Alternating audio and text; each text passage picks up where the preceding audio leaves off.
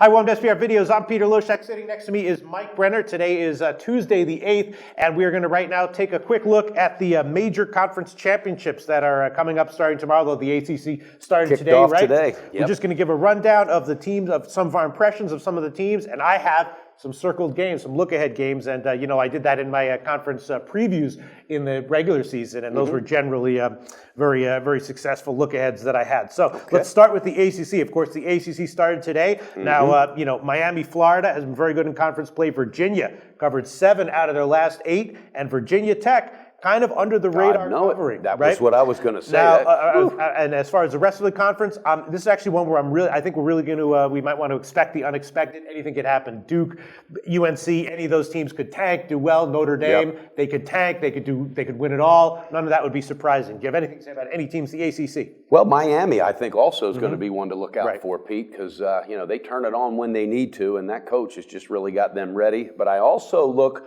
for Notre Dame maybe to step up in this conference. I could see anything happening with Notre Dame, but you expect them to do well. Yeah, I do. I really do. It's just a thought on there.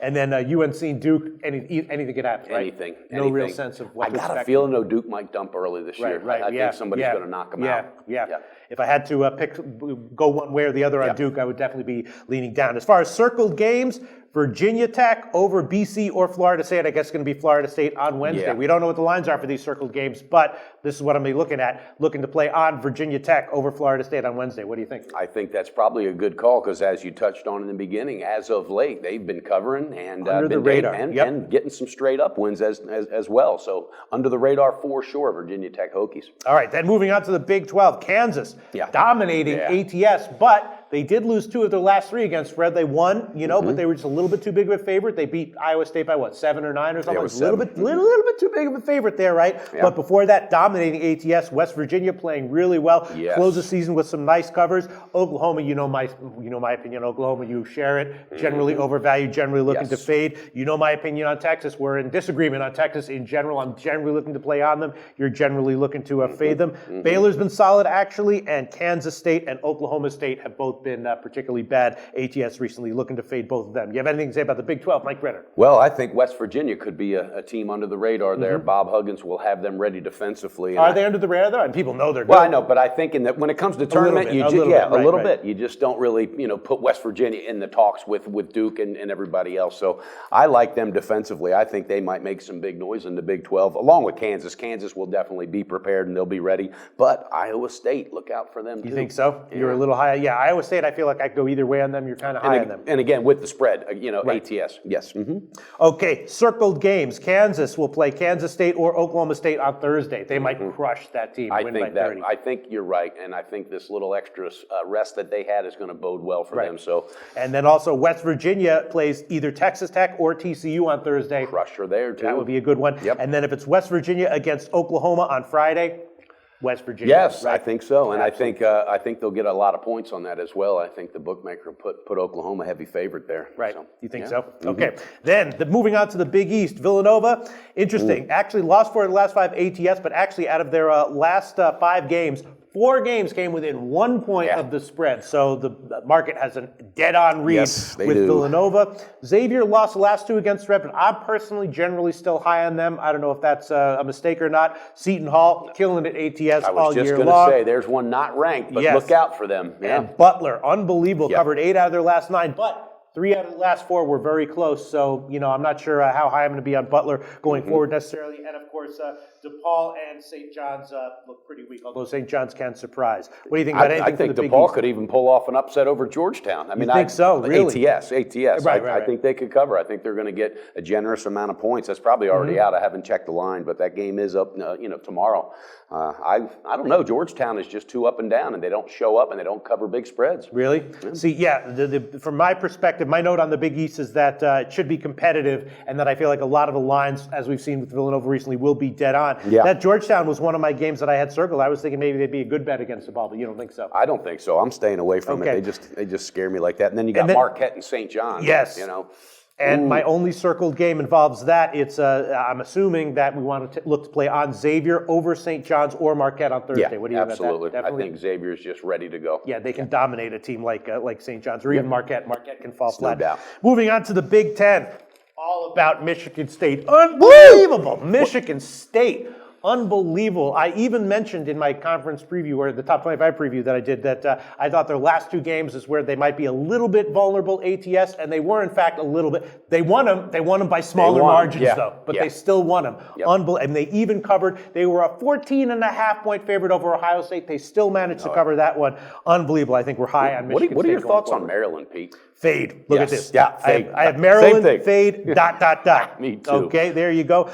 You know that I've been high on Wisconsin for a while. That's paid off. That's why I put them on my list, because you were high on them. Yeah, and I feel like I'm generally high on them. One team, just to keep in mind, Northwestern, 3 nice covers to end the season. I know it. And Purdue, I was kind of fading them for a while, but they did close the year with some nice covers, so they might be Don't count Iowa out either. Don't count Iowa. Yeah, Iowa, I don't know what to think about. You seem to be kind of a high on them. I feel like they're a little bit of a fade. Tell us what your thoughts are. I like them on a neutral court. I think Iowa's going to cover on neutral court, especially their opening game. So look for that. I'm definitely going to jump on that. All right. Circled games, Wisconsin over Nebraska or Rutgers on Thursday. You know, yes. They're going to be a big favorite, but I think that probably more likely than not they'll be a good bet. And then Michigan State, pretty much Michigan State, I think we can say, is probably going to be a good bet going, Do you think, Pete, that they're focused to take this tournament? Is that important to them to win this tournament? I think it is. Tom Izzo usually, doesn't he? He usually cares about this. Yes, he does. He puts them in, at the end of the year in every game. This is when he coaches his best. I love it. Michigan State over Ohio State or Penn State on Friday. Absolutely.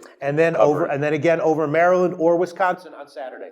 Absolutely. If it's against Maryland, Definitely. Wisconsin now, I don't know. But Maryland, yes, for sure. And Michigan State over Maryland on Saturday, and that line won't even be that big. No. That won't be a big man. I hope that's the favorite. I hope Maryland gets by Wisconsin, and it's Michigan State against Maryland. I'll be on Michigan State on Saturday. All right, moving on to what's the next one? The Pac 12, right? Pac 12, baby. Yep. All right, the Pac 12. Again, Pac 12 notoriously unpredictable. Expect the unexpected in basketball and games football. Tomorrow.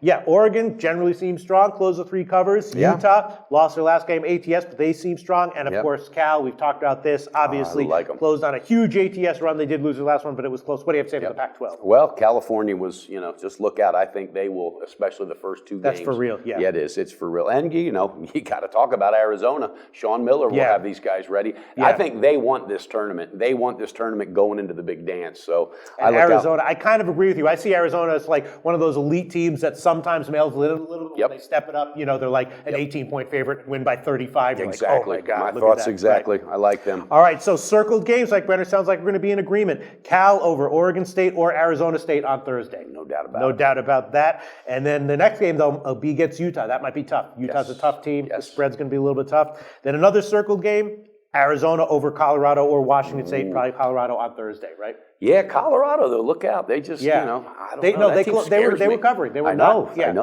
and I'm anxious to see what that line may be, and if the we'll see what the bookmakers have line adjusted. is. So. But if Arizona's the type of team that when they step it up is way better, then they should have no problem against the Buffs. Right. We'll see. And then wrapping it up with the SEC, right? Yep. Texas A&M winds up as the top team in the SEC heading into the tournament. God, who would have thought that? Yep, they've been covering solid covers, not by huge margins, but definitely solid. Kentucky also decent ATS, not a juggernaut, but definitely profitable. And Kentucky also, like Michigan State, this is when they tend to turn it on, Pete. This is when they turn it on. And this is a quality enough Kentucky team that you think they can do it. I do. Yep. All right, then we have South Carolina, which is an interesting team. They can be good. I'm not sure if I'm totally sold on them yet. But they really look shitty though. Their last 4 or 5 games, they have not looked good. The offense isn't there. It's not there. Their offense is struggling, shooting like 32%.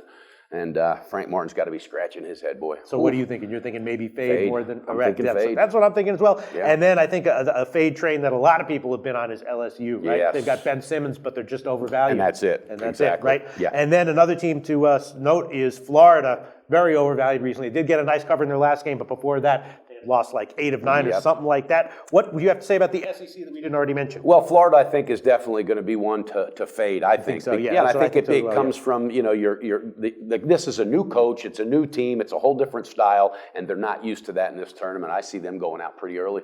Yeah, that's what I'm thinking. That's one of my circled games on Thursday. Arkansas against Florida. I think we're leaning Arkansas, right? Yes, absolutely. And then if it's Texas A&M against LSU on Saturday, Texas A&M, right? Texas A&M, especially how they've been playing as of late, Pete. Yep. And one other that I have circled, on Thursday, Ole Miss over Alabama. Ole Miss is a team with some spunk, with some talent, and Alabama kind of lethargic. They've lost like 5 in a row ATS, a team that I'm comfortable fading. So on Thursday, they haven't Ole been Miss bringing over it every Alabama. day. And one quick note, I think Calipari's going to have Kentucky focused to win this tournament. You think so? I think he's putting in their heads, we have to come out of here, winning this tournament. Because they did have some stumbles during the year. Exactly. And I think it's important. You might that they be put right it there, together. Mike Brenner. Yeah, All right. I'm liking it, baby. And that wraps up our conference tournament previews of the Big Six conferences. Catch our college basketball odds couple show tomorrow, Wednesday, which is going to be early, right? Early.